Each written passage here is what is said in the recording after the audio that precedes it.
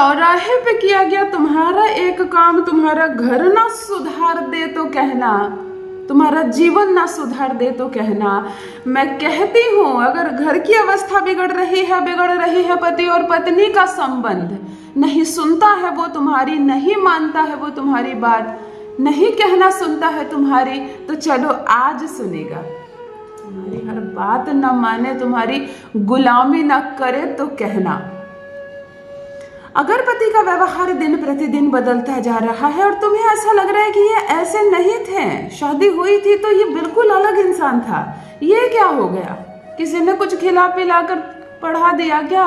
किसी ने कुछ किया कराया तो नहीं कर दिया? मेरी सास कहीं दिन रात कान तो नहीं भर रही है? क्या हुआ कि मेरे घर मेरी गृहस्थी अब बिखरती जा रही है? बिखरना बहुत आसान है, संवारना मुश्किल है। अगर पति का व्यवहार तुम्हारे घर को बिगाड़ रहा है, दिन रात बिगाड़ रहा है, यदि संबंधों में खटास आ रहा है दिन रात, तो चलो करते हैं एक अद्भुत उपाय। वही पति तुम्हारी बोली बोलेगा, वही पति तुम्हारे चक्कर काटेगा, तुम्हारे वश में रहेगा। देखो ये रिलेशनशिप बहुत नाजुक है, बहुत अद्भुत है, बहुत अजीब है ये रिलेशनशिप। चले तो उम्र भर चलता है, नहीं तो एक दिन मुश्किल हो जाता है साथ में रहना, संग में बिताना।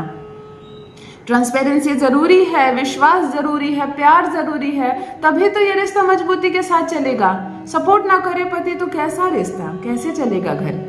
एक लड़की जो अपने घर का त्याग करके आती है, अपने परिवार का त्याग करके आती है, अपनी खुशियों का त्याग करके आती है, एक लड़की अपनी सारी खुशियां छोड़कर आती है तुम्हारे घर में सिर्फ तुम्हारा चेहरा देखकर। मेरे पति है ना, सब कुछ संभाल लेगा। ससुराल में डर लगता है उसको, कभी सास की बातें बुरी लगती है, कभी दूसरों की बातें खराब लगती है, परंतु एक सहारा होता है कि मेरे घर में मेरा पति है, वो मेरा अपना है, वो मेरा कहना मानेगा, वो मेरी बात सुनेगा, मेरे आंसुओं की कीमत समझेगा, वो मेरे मन को पढ़ पाएगा। लेकिन अगर पति पर आया हो जाए तो वो लड़की कितनी बेसहारा हो जाएगी, अंदाजा लगाओ वो लड़की कितनी बेसहारा हो जाएगी। ससुराल में पति है तो सब कुछ है, और पति का साथ नहीं तो कोई अपना भी नहीं। अब ध्यान से देखना, उस घर में जहाँ पति पत्नी का इज्जत नहीं करता है, उसका सम्मान नहीं करता, उस ससुराल में कोई अन्य भी उस औरत का सम्मान नहीं करता, क्योंकि सबको मालूम है इसका पति तो इसको प्यार ही नहीं करता।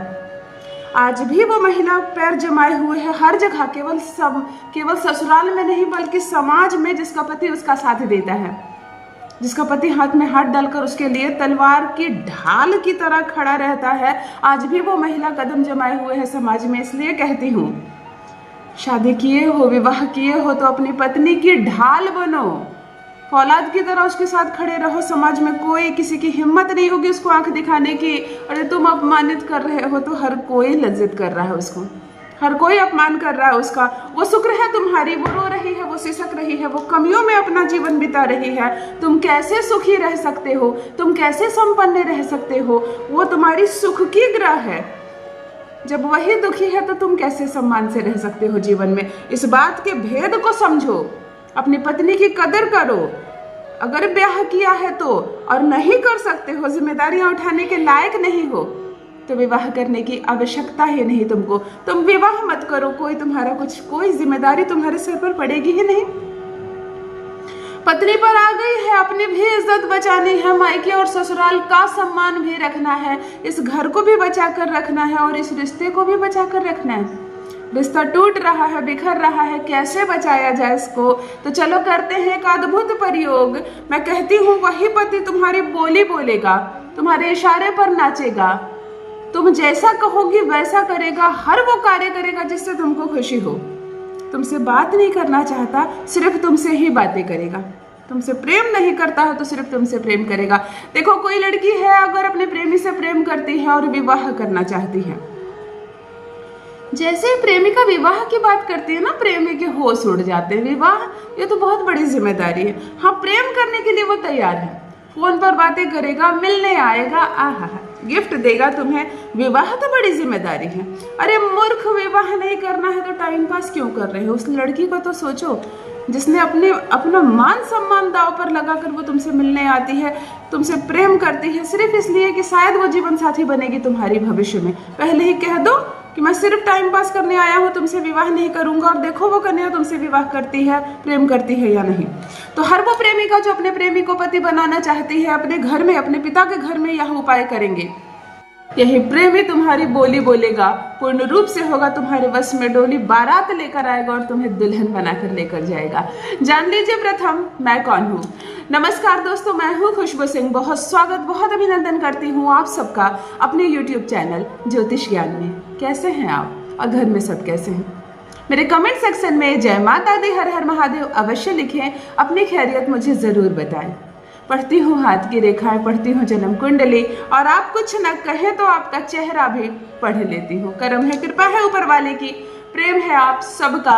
जुड़िए ज्योतिष ज्ञान चैनल से। जो भी नए भाई बहन चैनल पर पहली बार आए हो, मेरे वीडियो को पहली बार देख रहे हो, मुझसे प्रथम बार मिल रहे हो, चैनल से जुड़िए, सब्सक्राइब कीजिए, मेरी फैमिली का हिस्सा बनिए। दिल नहीं टूटेगा, एक भी घर नहीं टूटेगा, घबराइए मत।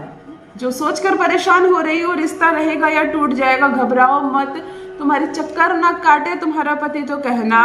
4 मुट्ठी नमक तुम्हें चाहिए अपने बाएं हाथ से, यानी ढेर सारा नमक ले लो और अपने बाएं हाथ से 4 मुट्ठी नमक कलेक्ट करना। प्रथम मुट्ठी नमक अपने पति का नाम का, दूसरी मुट्ठी नमक अपने नाम का, तीसरी मुट्ठी नमक अपने ससुराल का नाम पर, और चौथी मुट्ठी नमक इस रिश्ते के नाम पर। ये सारी चीजें, ये सारे कारक है तुम दोनों को जोड़ने का।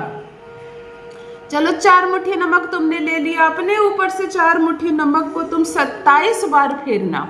27 बार क्लॉकवाइज फेरना, और हर बार कुछ ना कुछ कहना, मेरी सारी बलाएं खत्म हो जाए, मेरा पति मुझसे प्रेम करे, मेरे बच्चे को प्रेम करे, मुझे खर्चे का पैसा दे, मेरा मान सम्मान करे, समाज में मेरे लिए लड़ जाए, अपनी माँ की जितना सुनता है उतना मेरी सुने, तुम्हें जो जो इच्छा है कहने की, वो मेरे प्यार में पागल रहे, वो सिर्फ मुझसे ही बात करे, वो सिर्फ मेरी ही बात माने। इस तरह से 27 बार, 27 अंक से हमारा अद्भुत संबंध होता है। इस पर बाद में बातें करूंगी। अभी केवल आप 27 बार नमक को अपने ऊपर से फेर लेना, इस 4 मुट्ठी नमक को, और 4 अलग अलग भाग में बांट देना, पेपर में फोल्ड कर लेना।